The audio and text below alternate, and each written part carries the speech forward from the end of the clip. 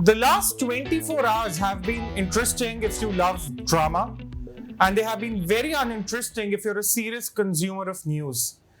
Now, I'm not going to dig into which channel is right here or which channel is wrong. What were the TRPs all about? Were they real? Were they fake? That's not for us to discuss. I'm sure there are better people on the job. But today, I really want to look at the bigger picture because since we've grown up, since the 90s, TV news was the next big thing after newspapers. I mean, of course, TV news made it possible for the news to be consumed on the same day. And today, the same medium has reduced itself to a joke, if I might put it that way. Now, I'm not alone going to be enough to decipher this topic, so I've got Anushka with me. Hey, Anushka. Hi. Anushka, first thing, let's take a few aspects for discussion here today. The whole TRP business. What do you think about it?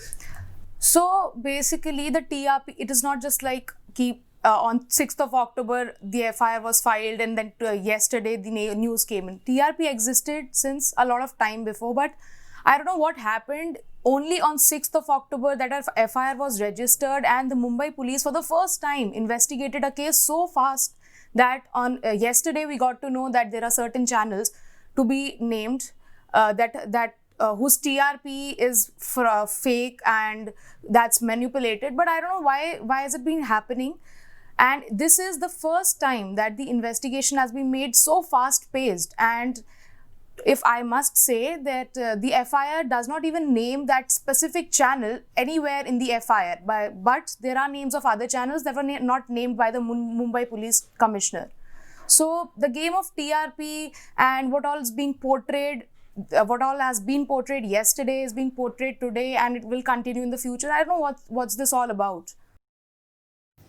Anushka, even then, I was reading this very interesting explainer on how TRPs are actually calculated, and we have BARC about it, BARC that is, which is responsible for registering these TRPs on a weekly basis. Now, Republic has been claiming, of course, they are ahead. Then India Today claims, no, they are ahead. And the tug of war goes on. But the interesting thing I read was that these meters are, the BARC meters that is, they are installed in around 45,000 homes. Correct? Now, we are a nation of at least 200 million people. I'm assuming 6 people for every household. 200 million people. That's how big we are as a country. 45,000 meters. Do you think they really reflect the true picture of TRPs, especially if I take the OTTs into account? Because a lot of people in urban areas, they have cut the cord. Even I have cut the cord. So there's no way for BARC to register my ratings, even though I watch none of the channels. I'm not a very big consumer of news, ironically. So how seriously does one take these TRPs really? Absolutely, you pointed out the right thing. Like in a nation so big, and we just have the TRP or the barometers placed in just 45,000 households out of such a big nation. I don't think it reflects the larger picture. And to be specific, this time the FIR that is registered, it just reflects about the readings of some 2,000 to 3,000 meters, which I don't think justifies it for the nation at large. Right. Now let's go back to June. I think this entire TRP business, I'm sure it existed before, it'll exist after, as you rightly pointed out. There's also this thing about the coverage that has become prime time. Now, as far as I remember, I've been watching TV for around 15 years now. Prime time used to be about serious discussions. I remember when Arnab Goswami started the Times Now debate, it used to be very serious. And some very serious people I know, they used to look forward to the prime time. But do you think something changed since June 14th when the very, very unfortunate demise of Sushant Singh Rajput happened? Do you feel something changed that day? I certainly feel so. Absolutely. A lot of what things are your opinions on this? Media changed after the demise of Sushant Singh Rajput. To be specific, it was just with mainstream news, because the mainstream news started reflecting the demise. Like the prime time was only kept for the SSR probe that was going into. I mean, that was a nice thing that they were probing and they were investigating into it. But then after a certain point of time, then as it's rightly said, too much of everything is bad. So after a point, they should have omitted the thing or kept it on a lower note and then shown the larger reality of the nation. But I don't know, since June, the SSR thing was continuing, and that made the news look a lot of out of context. See, talking of out of context, I think most news channels, they're driven by two things now. Either one is noise and other is propaganda, and people are smart enough to see through everything. I mean, gone are the days when people were gullible and everything.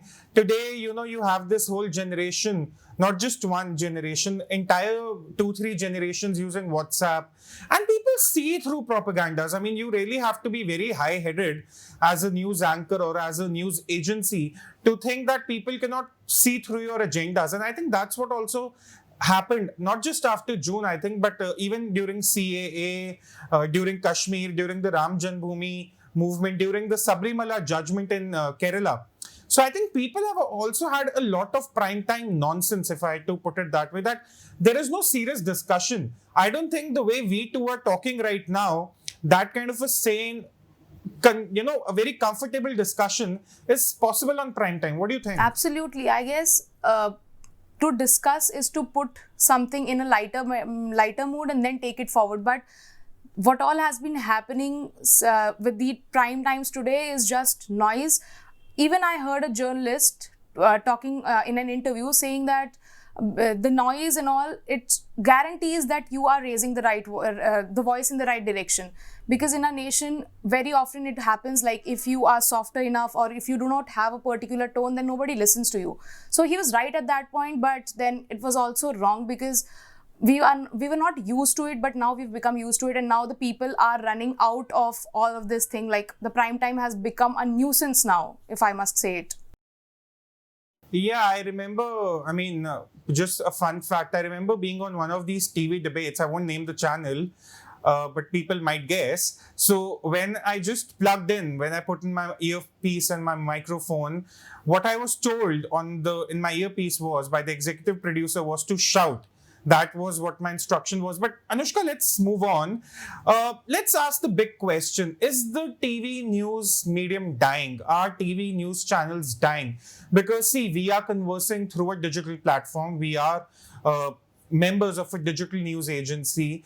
And is this the death of TV news channels? Has it begun? Because last night you could see one channel was in total glee because the other channel was in question. Today morning, the other channel was returning the favor. So are all channels slightly losing it now, or are there some sane channels too? And second, do you think it's the death of TV channels and people are now going to be more inclined towards digital?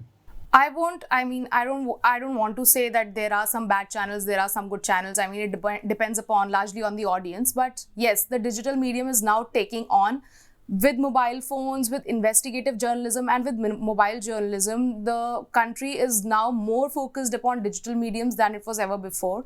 Now, every citizen, like, even if I have to say something, if I feel there's something wrong, or if I feel there's something wrong in my locality, in my area, I would simply take out my mobile phone and start talking about it. And the reach of digital medium is so fast and is so large that it reaches to the right people in a matter of hours. Whereas if you talk about the electronic mediums, the impact is larger, but then the time taken is also a bit large as considered to the digital platforms. And with mobile phones, internet connections, all coming in handy, the digital platforms will take up. They've already started to overpower the mainstream news channels on television. Now they'll overpower them like anything.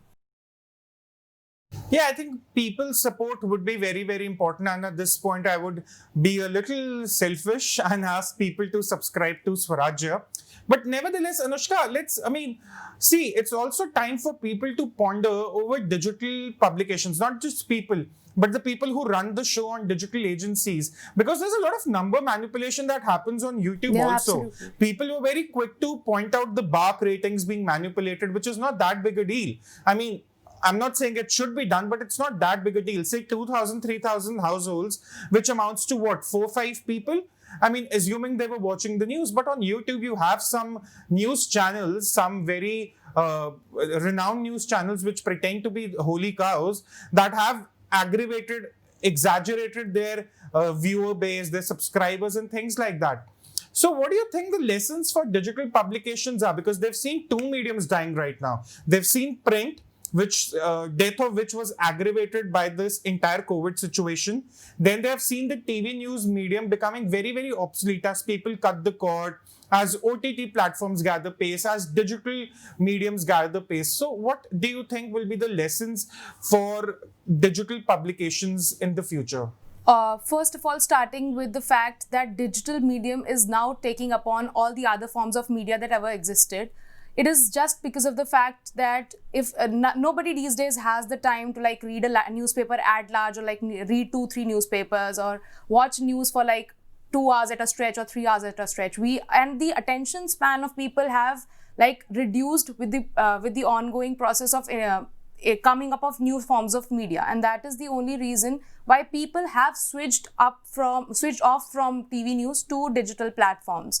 So the basic factor here that digital platforms must take care of is the time span that they run their news in, and the unbiasedness or objectivity that they should like accommodate in their news articles or news reportings, because that is the one factor that's made people switch off from television news and come to digital. So if the digital media does the same thing that the TV news is doing, then there's no going forward for digital media too.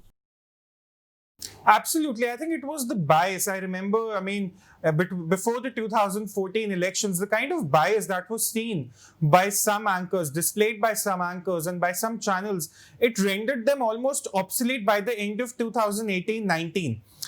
I remember the likes of BARC, Rajdeep Sardesai, they peddled their agendas. Fine, they believe in something, but that interfered in the way they conducted their journalism, and people had it. Because you fool me once, you cannot fool me twice or thrice, and that's what these anchors were trying to do. And I think people should focus on the news, not being the news, which I think has become the agenda for news channels. We can go on speaking on this topic. There's so much to talk about. But for now, thank you, Anushka. Thank you for those very interesting insights.